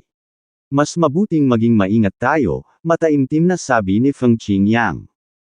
Hindi nakakagulat, ang pagkawala ng pasukan ay nagtaas ng mga talakayan sa lahat ng dako. Noong nakaraan, inakala ni Feng Qingyang at Duan Lingtian na ginagamit ng langit ang Heaven Traversing Pagoda para ihanda sila sa pagharap sa makapangyarihang mga kaaway. Dahil doon, naghahanda silang harapin ang mga mananalakay na maaaring dumaan sa 9 na pasukan. Ito rin ang dahilan kaya napapikit sila nang mawala ang isa sa mga pasukan. Habang pinag-uusapan nila ang bagay na ito, biglang nagbago ang ekspresyon ni Xiao Mubai. Si Zhang Shan, na unang nakapansin ang pagbabago sa ekspresyon ni Xiao Mubai, ay nagtanong, ano ang mali? Sina Feng Qingyang, Duan Lingtian, at Zhu Qingzu ay sabay-sabay na inilipat ang kanilang mga mata kay Xiao Mubai. Batay sa kanilang pag-unawa kay Xiao Mubai, alam nila na hindi siya madaling mawala sa kanyang katinuan. Anong nangyari? Nagtanong si Duan Lingtian, nagpakita ba ang mga mananakop pagkatapos mawala ang pasukan? Huminga ng malalim si Xiao Mubai, ngunit bahagyang nanginginig pa rin ang kanyang boses habang sinasabi niya, ang iba pang 8 pasukan ay nawala na rin. At least, nawala na ang mga nasa God-defying world natin. Hindi pa rin ako nakakatanggap ng balita mula sa ibang mundo. Nang mawala ang unang pasukan, personal na pumunta si Xiao Mubai upang kumpirmahin ito. Pagkatapos nito, inatasan niya ang mga tao na bantayan ang natitirang 8 pasukan. Kanina lang, inabot ng mga taong iyon ang kanyang doppelganger, ipinaalam sa kanya na nawala na rin ang 8 pasukan. Ano? Malaking pagbabago ang ekspresyon ni Feng Qingyang habang nagtanong, ang natitirang 8 pasukan ay nawala na rin. Naningkit ang mga mata ni Duan Lingtian habang nahuhulog siya sa kanyang mga iniisip. Nagulat din si Zhu Qingzu. Bagamat hindi siya katutubong ng Defying World, natural na alam niya ang haka-haka nina Duan Lingtian at Feng Qingyang. Naniniwala rin siya sa kanilang haka-haka. Hindi niya maisip kung bakit biglang nawala ang 9 na pasukan. She speculated out loud, hindi kaya naharap na ng langit ang banta. Marahil iyon ang dahilan kung bakit nawala ang 9 na pasukan. Imposible, sabi ni Feng Qingyang, umiling-iling, kung kaya ng langit na gawin iyon, ang 9 na pasukan ay hindi na umiiral sa loob ng maraming taon. Hindi lang iyon, ngunit hindi na ito kailangang dumaan sa napakaraming problema para likhain ang Heaven Traversing Pagoda. Ito ay tiyak na hindi kasing simple ng tila. Nararamdaman ko rin na may hindi tama, sabi ni Duan Lingtian, sumasang-ayon kay Feng Qingyang, gayunpaman, maaari lamang nating obserbahan ang sitwasyon sa ngayon. Una, kumpirmahin natin kung ang 8 pasukan sa ibang mga lugar ay nawala na rin. Umalis sina Xiao Mubai at Zhang Shan upang kumpirmahin ang bagay at mabilis na bumalik. Nawala na rin ang 8 pasukan. Ang panahon ng pagkawala ay halos kapareho ng panahon ng pagkawala natin. Gayunpaman, walang paggalaw pagkatapos ng pagkawala ng 8 pasukan, walang palatandaan ng mga mananakop, sabi ni Xiao Mubai. Sa sandaling bumagsak ang boses ni Xiao Mubai, biglang nagtagpo ang mga ulap sa kalangitan habang kumikislap ang lilang kidlat. Ito ay naging isang pamilyar na kababalaghan sa Myriad Worlds at ang Outer Boundary, ito ang kababalaghan na nagpahayag ng makalangit na teksto. Mula ngayon, magkakaroon ng bagong pasukan na may berdeng kidlat sa Heaven Traversing Pagoda. Ang mga nasa itaas ng kaharian ng mga advanced na Supreme God ay maaaring makapasok sa pasukan na ito. Ang mga nagtagumpay sa mga hamon doon ay gagantimpalaan. Ang kaharian sa likod ng pasukan na ito ay tinatawag na trial space. Kasama sa mga gantimpala sa loob, ngunit hindi limitado sa, ang heavenly talismans at mga insight sa ikasyam na yugto ng apat na daos ng langit at lupa. Hindi nakakagulat, ang makalangit na teksto ay nagdulot ng malaking kaguluhan sa myriad worlds at ang outer boundary. Nagpalitan ng tingin si Duanling Tian at ang iba pagkatapos basahin ang makalangit na teksto. Parang sinusubukan ng langit na makakuha ng mas maraming tao na makapasok sa Heaven Traversing Pagoda, sabi ni Zhu Qingzu. Kung isa sa alang-alang ang timing ng makalangit na teksto at ang pagkawala ng siyam na pasukan, masasabi niyang may mali. Lalong lumakas ang kanyang damdamin nang mabasa niya ang susunod na makalangit na teksto. Ang trial space ay magbubukas lamang ng 1 buwan. Ang mga nabigong pumasok sa panahong ito ay kailangang maghintay ng 1,000 taon para muling dumating ang pagkakataong ito. Nagbago ang mga ekspresyon ni Duanling Tian at ng iba pa nang mabasa ito. Ito ay hindi pa nagagawa. Kahit na ang mga advanced na Supreme God ay maaaring pumasok sa trial space. Ang mga advanced na Supreme Gods at ordinaryong Supreme Powerhouses ay dapat na baliw ngayon, sabi ni Zhang Shan. Mukhang hindi tama ito. Pupunta ako sa pasukan sa Jade Emperor Heaven at pipigilan ang mga tao na pumasok sa ngayon. Maghintay tayo ng mga 20 araw para maobserbahan natin ang sitwasyon. Bilang Lord of the God-defying world, tungkulin ni Xiao Mubay na pangalagaan ang kaligtasan ng mga naninirahan sa God-defying world. Bagamat hindi niya akalaing sinusubukan sila ng langit na saktan, hindi niya maiwasang maging mapagbantay pagkatapos ng mga pangyayari kamakailan. Babalik ako sa 13 cities ng Jin Dynasty para pigilan ang lahat sa pagpasok din sa Heaven Traversing Pagoda, nag-aalalang sabi ni Zhu Qingzu. Kung tutuusin, maraming tao ang kanyang pinapahalagahan sa outer boundary. Natural na ayaw niyang malagay sa panganib ang sinuman sa kanila. Sasama ako sa iyo, sabi ni Feng Qingyang bago umalis kasama si Zhu Qingzu. Samantala, si Duan Niantian, na nasa Little World ni Duanling Tian, ay mabilis na nagpahayag ng kanyang pagnanais na makapasok sa trial space. Pare, nakita ko ang makalangit na teksto. Gusto kong pumasok sa Heaven Traversing Pagoda, sabi ni Duan Niantian. Ilang taon na ang nakalilipas, siya ay naging isang advanced Supreme God.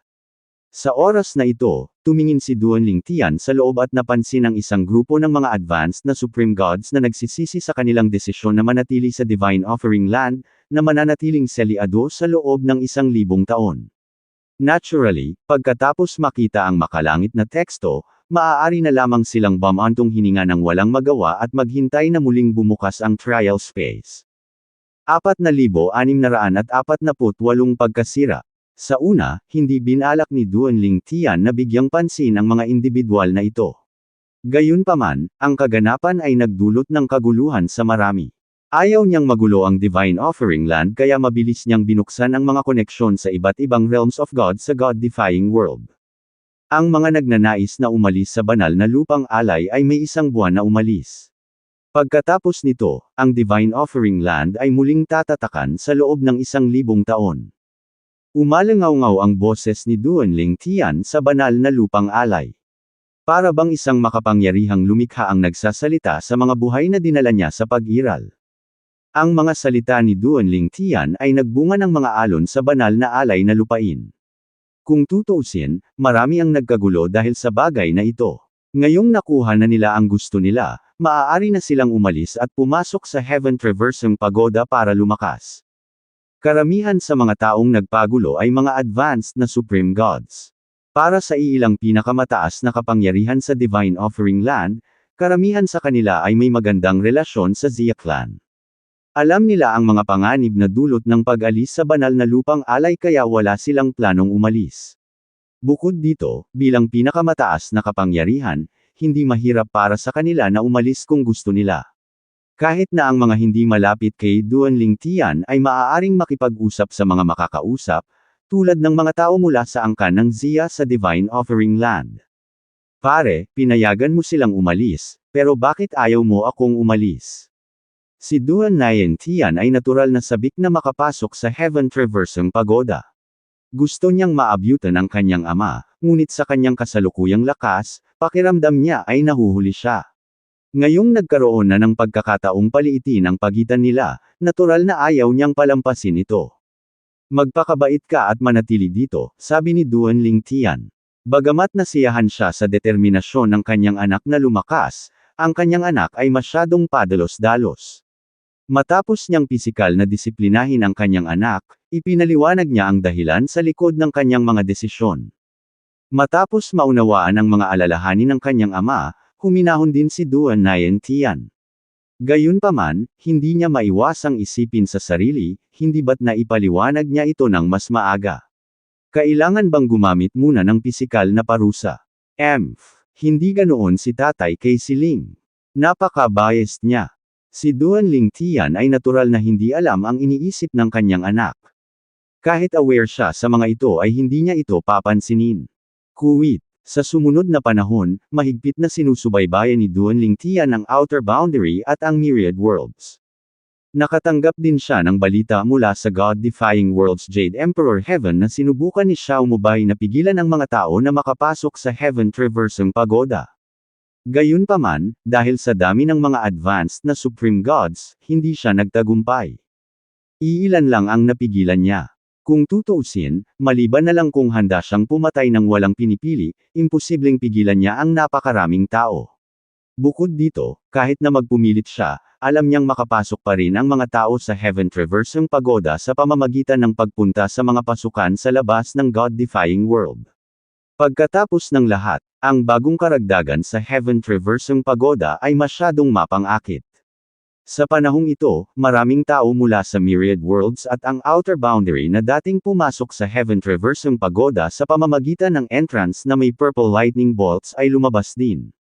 Kuwit, sa God-defying world, nakipag-ugnayan si Duan Lingtian sa doppelganger ni Wang Fuming Yuan, ang kanyang eldest senior sister mula sa Inner Palace faction ng Myriad Laws Academy, at sinabi sa kanya ang tungkol sa kanyang mga hinala. Sunod-sunod ding nagpakita ang mga doppelganger ng kanyang second senior brother, third senior brother, at fourth senior sister. Sa Outer Boundary, nagkaroon ng kaguluhan sa 13 lungsod ng Jin Dynasty sa pagbabalik ni Zhu Qingzu, ang dating 7th City Governor. Ang mga mula sa Outer Boundary ay walang mga doppelganger, ngunit maaari pa rin silang makontak sa pamamagitan ng ibang mga pamamaraan. Karamihan sa mga tao ay buong pusong nagtiwala kay Zhu Qingzu. Kahit na ang pang-akit ng Heaven Traversang Pagoda ay napakalakas, mas may tiwala sila sa kanya. Mula noong siya ay naging isang gobernador ng lungsod, hindi niya sila kailanman nailigaw at nagdala ng kaluwalhatian at maraming benepisyo sa 13 lungsod ng Jin Dynasty. Alam nila na hindi niya hahayaang magdusa sila ng pagkalugi. Bago umalis sina Feng Qingyang at Zhu Qingzu, hiniling din ni Duan Lingtian na ipaalam nila sa Jade Tide Heavenly Mansion ang tungkol sa bagay na ito at hiniling din sa Jade Tide Heavenly Mansion na ipaalam sa malapit na Asher Cloud Saint Sect ang tungkol sa bagay na ito. May kaunting koneksyon siya sa dalawang puwersang ito kaya nagpa siya siyang bigyan sila ng paalala. Gayunpaman, kung nakinig sila sa kanya o hindi ay nasa kanila na. Bukod sa pangyayaring ito, ang Myriad Worlds at ang Outer Boundary sa pangkalahatan ay napakapayapa. Pagkatapos ng lahat, napakaraming tao, lalo na ang mga advanced na Supreme God, ang nakapasok sa Heaven Traversang Pagoda. Sa mas kaunting mga tao na naruroon, natural na mas kaunting mga salungatan. Kuwit, ang oras ay tumakbo pasulong. Sa isang kisap mata, 32 taon na ang lumipas. Sa araw na ito, si Duan Lingtian ay nasa Solitary Destructive Heaven, isang Devata realm sa God-defying world. Nauunawaan niya ang sword daw sa sandaling ito, umaasang makakalagpas sa ika-9 na yugto. Bagamat hindi niya alam kung ano ang kinabukasan, alam niyang ang pagpapahusay ng kanyang lakas ay makikinabang lamang sa kanya. Hindi lang niya mas mapoprotektahan ang sarili niya, kundi mapoprotektahan din niya ang kanyang pamilya at mga kaibigan. Sa pag-iisip na ito, siya ay nilinang ng walang kapaguran. Boom! Biglang umalangaw-ngaw ang isang nakakabinging tunog na tila yumanig sa langit at lupa na naging dahilan ng pagyanig ng lupa. Kasunod nito, isang napakalakas na enerhiya ang bumaba mula sa langit. Ang mga gusali sa solitary destructive heaven ay nagsimulang gumuho ng sunod-sunod. Maraming lugar ang naging mga guho sa loob lamang ng ilang sandali. Ang Mar-Angel na puwersa ay sweep out sa lahat ng direksyon na nagdadala ng pagkawasak. Nandyan siya. Nahanap ko siya. Yuluohie, anong lakas ng loob mong linangin ang ipinagbabawal na pamamaraan ng pagsasakripisyo? Ito ay hindi katanggap-tanggap sa banal na lupain. Ngayong nahanap na kita, papatayin na kita. Isang tinig na marahas na sinaway mula sa labas ng God-defying world. Kasunod noon, sunod-sunod na alon ng malakas na enerhiya ang sweep out. Sa katunayan, ang enerhiya ay hindi nakadirekta sa God-defying world. Mga shockwaves lamang sila mula sa isang labanan sa malayo. Gayunpaman, sapat na ang mga ito upang magdulot ng pagkawasak sa solitary destructive heaven. Ayan na, bulong ni Duan Lingtian sa sarili pagkatapos niyang lumipad pataas sa langit. Napatingin siya sa napakalaking tore sa di kalayuan. Ito ay ang Heaven Traversing Pagoda. Sa sandaling ito, ang Heaven Traversing Pagoda ay sumabog na may nakasisilaw na puting liwanag. Kasunod nito, sunod-sunod na umalangaw-ngaw ang hindi mabilang na mga sigaw ng paghihirap at kawalan ng pag-asa, na nagpapadala ng panginginig sa mga gulugod ng mga tao. Sa oras na ito, ang isa pang tinig ay nagsabi ng malakas at nanghahamak, "Kayong mga mahihina, akala ninyo ay mapapatay ninyo ako." Anong biro? Habang ang mga alon ng enerhiya ay patuloy na nagbabanggaan sa isa't isa, ang solitary destructive heaven ay hindi na nakahawak at gumuho. Si Duan Lingtian ay nakatayo sa kawalan.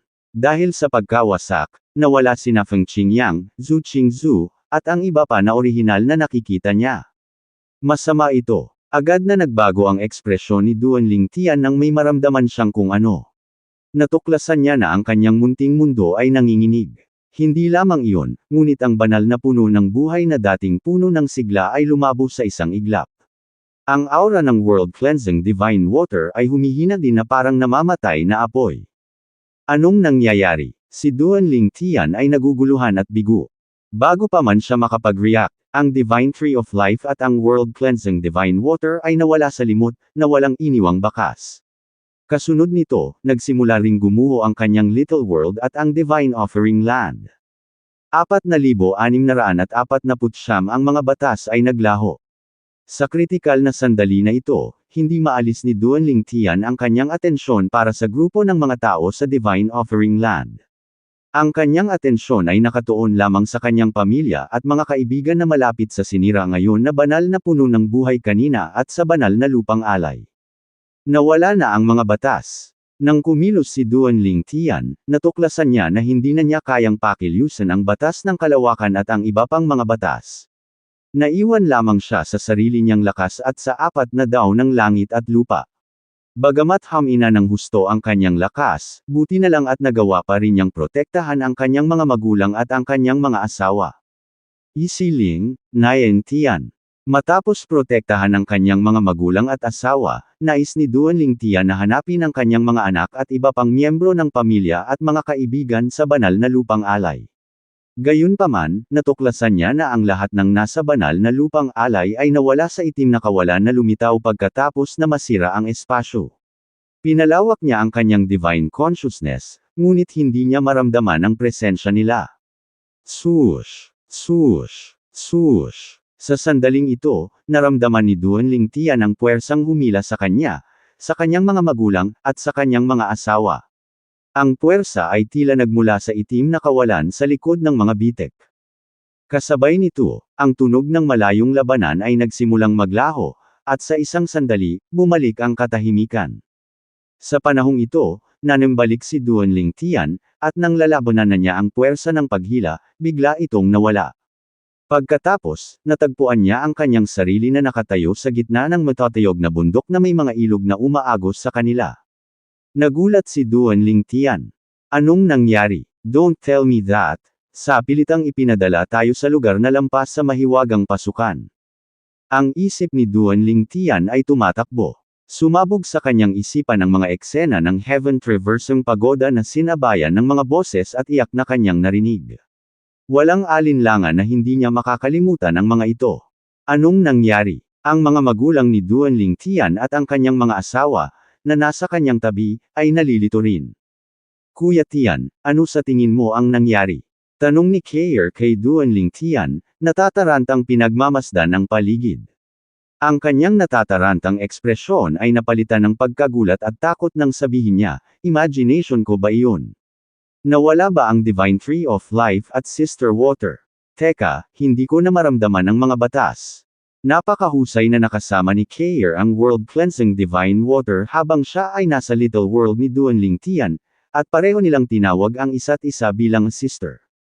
Kasabay nito, sina Li Fei, Huaner, at Feng Tianwu ay tumingin kay Duanling Tian. Pagkatapos ng lahat, siya ang kanilang haligi ng suporta at ang kanilang gabay na liwanag. Dahil sa kanilang lubos na pagtitiwala sa kanya, sila ay masunarang nanatili sa tabi ng banal na puno ng buhay at nagtanim doon. Pinigilan nila ang pakikipagsapalaran sa banal na lupang alay, hindi gustong mag-alala siya. Para sa mga magulang ni Duanling Tian, sina Duan Rufeng at Li Ru, namuhay sila sa isang buhay ng pagre-retiro malapit sa Divine Tree of Life, iniisip na ito ang pinakamagandang opsyon. Natural na hindi nila inaasahan na babagsak ang munting mundo ni Duanling Tian. Gayunpaman, salamat sa kanilang desisyon na manatiling malapit sa Divine Tree of Life, hindi tulad ng marami pang iba, nagawa nilang manatili sa tabi ni Duanling Tian pagkatapos niyang protektahan sila sa isang napapanahong paraan. Hindi ko rin alam kung ano ang nangyari, sabi ni Duanling Tian habang umiiling. Sabay buntong hininga niya. Dahil magaling sila, ibig sabihin ay maayos din ang iba. Ang problema lang ay hindi niya alam kung saan sila pinapunta. Halata kay Duanling Tian na ang puwersa ng paghila ay nagmula sa itim na kawalan. Ngayong nawala na ito, nabawi na rin nila ang kanilang mobility. Totoo, hindi ko rin maramdaman ang mga batas, malungkot na sabi ni Huaner. Napabuntong hininga si Duanling Tian. Kanina, noong nasa solitary destructive heaven pa ako, nakita ko ang mga alon ng enerhiya na bumababa mula sa langit. Nakarinig din ako ng ilang boses. Matapos ikwento ni Duanling Tian ang kanyang nakita at narinig kanina, sinabi ni Li Fei, narinig din namin ang mga boses. May nagsabi, Yu Luohi, gaano kakalakas loob na linangin ang ipinagbabawal na pamamaraan ng pagsasakripisyo. Ito ay hindi katanggap-tanggap sa banal na lupain. Ngayong nahanap na kita, papatayin na kita. Sino si Yu Luohi? Narinig mo rin. Natigilan si Duanling Tian. Kung tutuusin, tinatakan na niya ang kanyang munting mundo, ngunit kahit papaano, narinig at nakita ng iba sa kanyang munting mundo ang kaguluhan sa labas. Sinabi ni Feng Tianwu, hindi lang iyon. Nakita namin ang Heaven Traversing Pagoda na sumabog din, at narinig namin ang mga hiyawan ng paghihirap. Matapos talakayin ang bagay na ito sa kanyang mga asawa, napagpasyahan ni Duanling Tian na ang pagkakapira-piraso ng kanyang munting mundo ay malamang na hindi isang nakahiwalay na kaso. Malamang na ang mga little world ng ibang tao ay kapareho din ng kapalaran niya. Pagkatapos ng lahat, ang little worlds ay intricately linked sa mga batas at space. Maingat na inalala ni Duanling Tian ang nangyari. Matapos ang kaguluhan at ang pagsabog ng Heaven Traversing Pagoda, ang lahat ng nakatali sa mga batas ay gumuho. Nang ang solitary destructive heaven ay nawasak, siya ay dinala sa madilim na kawalan. Noon niya natuklasan na ang mga batas ay tila naglaho. Ilang sandali pa, dinala siya rito, kung saan wala rin ang mga batas. Sa oras na ito, biglang may naalala si Duanling Tian. Hindi makatuwiran. Baka wala tayo sa misteryosong lugar na iyon. Naaalala ko nang pumasok si Master sa isa sa siyam na pasukan, buong lakas siyang kumilos. Wala siyang binanggit na anuman tungkol sa hindi niya magawang pakilyusan ang kanyang mga batas. Ano ang eksaktong nangyayari? Ang mga bagay ay tila iba sa kung ano ang aming naisip. Sino si Yu Luohi? Maliwanag, siya ay inaatake dahil nilinang niya ang ilang ipinagbabawal na pamamaraan ng pagsasakripisyo. Ano ang banal na lupain na kanilang binanggit? Bagamat hindi malakas ang boses ni Duanling Tian, malinaw na narinig siya ng kanyang mga magulang at asawa. Marahil ay nasa banal na lupain na sila ngayon. Malakas na nag-isip si Duan Rufeng. Nag-aalalang tanong ni Li Ru, si Ling at Nayan Tian ay nasa God-defying world. Nandyan din ang mga in-laws natin, sina Zunai, Little Black, Little White, at Little Gold. I wonder kung okay sila. Lahat sila ay medyo malakas kaya dapat okay sila, sabi ni Duan Lingtian. Pinigilan niya ang kanyang emosyon at unti-unting kumalma. Alam niyang hindi siya maiinip. Ang pinakamahalagang bagay ngayon ay upang malaman kung saan ang bagong lugar na ito kung saan sila ay sapilitang ipinadala. 4,651 Supreme Dao Powerhouse. Kahit ngayon, si Duan Lingtian ay naguguluhan pa rin, nakikipagbunong upang maunawaan kung ano ang nangyari. Ito ay masyadong biglaan, at siya ay nahuli ng bantay. Gayunpaman, kahit na hindi pa niya alam ang sitwasyon, alam niyang seryoso ito. Ngayong naipadala na siya sa lugar na ito, makaalis man siya at makabalik sa Myriad Worlds o sa Outer Boundary o hindi, alam niyang kailangan niyang matuto hanggat kaya niya tungkol sa lugar na ito. Biglang naramdaman ni Duan Lingtian ang isang pamilyar na enerhiya na lumalabas mula sa katawan ni Kair. Ito ay ang enerhiya ng isang kataas-taasang powerhouse. Nagtataka niyang tanong, Kair, nakalusot ka na ba? Tila na-distract si Kair nang maramdaman niya ang mga pagbabago sa kanyang katawan. She murmured, parang nakalusot na ako, pero iba ito sa inilarawan ni Huaner. Si Huaner ang una sa mga asawa ni Duan Lingtian na pumasok sa kaharian ng mga pinakamataas na kapangyarihan. Siya rin ang unang naging advanced Supreme God sa kanila. Kanina, ang enerhiya ng mga advanced na Supreme Gods ay umaakyat sa aking katawan. Matapos itong umikot sa katawan ko ng ilang beses, nalusutan ko. Biglaan lang at napakanatural. Ni hindi ko naramdaman ang paghila mula sa kaharian ng mga pinakamataas na kapangyarihan, sabi ni Kair, na naglalarawan sa kanyang karanasan. Pagkaraan ng ilang sandali, tila may naalala siya at sinabing, nga pala, sa panahon ng pambihirang tagumpay, tila nasulyapan ko ang mga kislap ng Sword Dao sa aking isipan. Sa mga asawa ni Duan Lingtian, si Kair ang unang nakabisado ang Sword Dao. Naintindihan niya ito hanggang sa unang yugto. Swoosh! Biglang, isa pang alon ng enerhiya ang lumundag. Sa pagkakataong ito, nanggaling ito kay Huaner, na nakatayo sa malapit. Huaner, nakalusot ka rin. Nagulat si Duan Lingtian. Kung ikukumpara kay Kair, ang tagumpay ni Huaner ay mas malalim dahil nakapasok na siya sa kaharian ng mga pinakamataas na kapangyarihan. Kuya Tian, feeling ko may kinalaman ito sa lugar na ito. Pagdating ko, naramdaman kong bumubuti ang aking Sword Dao na nasa ikatlong yugto. Pagkatapos noon, nakalusot ako at naging level 3 Supreme Powerhouse. Nang marinig ang mga salitang ito, mabilis na nilingan ni Duan Lingtian sina Li Fei at Feng Tianwu. Matapos kumpirmahin na hindi sila nagpakita ng anumang kakaibang senyales, lumingon siya sa kanyang mga magulang. Katulad ni Li Fei at Feng Tianwu, ang kanyang mga magulang ay hindi rin nagpakita ng anumang kakaibang palatandaan. Parang ang pagpunta sa lugar na ito ay hindi man lang nakaapekto sa kanilang paglilinang. Mukhang ang lugar na ito at ang Sword Dao, o ang apat na daos ng langit, ay masalimuot na magkakaugnay, sabi ni Duan Lingtian habang kumikislap ang kanyang mga mata, walang batas sa mundong ito. Maaari nating maramdaman ang mga ito o gamitin ang mga ito sa lahat. Bukod sa ating cultivation base at sa ating panloob na enerhiya, ang tanging magagamit natin dito ay ang apat na dao ng langit at lupa. After that, he said, sa ngayon, maghanap muna tayo ng angkop na lugar para manirahan. Baka mabangga tayo ng ibang tao. Maaari din nating maging pamilyar sa lugar na ito. Kuwait. Naglakbay si Duan Lingtian at ang kanyang pamilya ng ilang araw bago nila nakita ang isang grupo ng mga tao. Parang nagmamadali sila. Excuse me. Lumapit si Duan Lingtian sa grupo ng mga tao, umaasang matuto patungkol sa lugar na ito. Nagbago ang ekspresyon ng grupo ng mga tao nang makita siya. Kahit na makumpirmang wala siyang masamang intensyon, nilagpasan lang siya ng mga ito at nagmamadaling umalis.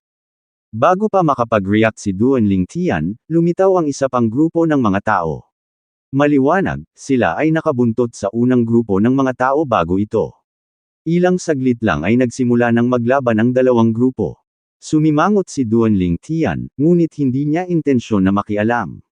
Nasa bagong lugar sila. Bago siya magkaroon ng karagdagang impormasyon, pinakamahusay na huwag pumasok sa anumang salungatan. Ang dalawang grupo ng mga tao ay katamtaman lamang sa lakas. Kung wala ang mga batas, kahit na ang pinakamakapangyarihan ay maihahambing lamang sa isang intermediate na kataas-taasang Diyos. Bukod doon, tila wala sa kanila ang nakaintindi sa apat na daw ng langit at lupa. Sa kabuuan, karamihan sa kanila ay mas mahina kaysa sa mga intermediate na kataas-taasang Diyos, posibleng mas mahina pa kaysa sa mga panimulang kataas-taasang Diyos. Bumalik si Duanling Tian sa kanyang pamilya at nagpatuloy sa kanilang paglalakbay.